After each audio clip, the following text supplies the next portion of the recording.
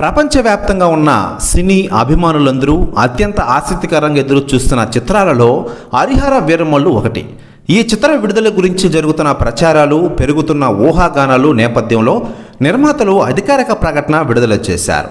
అచంచలమైన ఓపిక మరియు నమ్మకంతో హరిహర వీరమల్లు సినిమాని తోడుగా నిలిచిన అభిమానులు, శ్రేయోభిలాషులు మరియు సినీ ప్రియులందరికీ హృదయపూర్వక కృతజ్ఞతలు. గతంలో ప్రకటించిన జూన్ 12వ తేదీన చిత్రాన్ని మేము ముందుకు తీసుకురావడానికి అవిశ్రాంత ప్రయత్నాలు చేస్తున్నాం. కానీ కొన్ని కారణాల వల్ల ఈ సినిమాని ఆ రోజు రిలీజ్ చేయలేకపోతున్నామంటూ మూవీ మేకర్స్ మాట్లాడిన ట్వీట్ ప్రస్తుతం నెట్టింట్లో వైరల్గా మారుతున్న విషయం మనకందరికీ తెలిసిందే. మరోవైపు హరిహర వీరమల్లు సినిమా యొక్క ట్రైలర్ను కూడా త్వరలో రిలీజ్ చేసినట్లు వాళ్ళు ప్రకటించారు.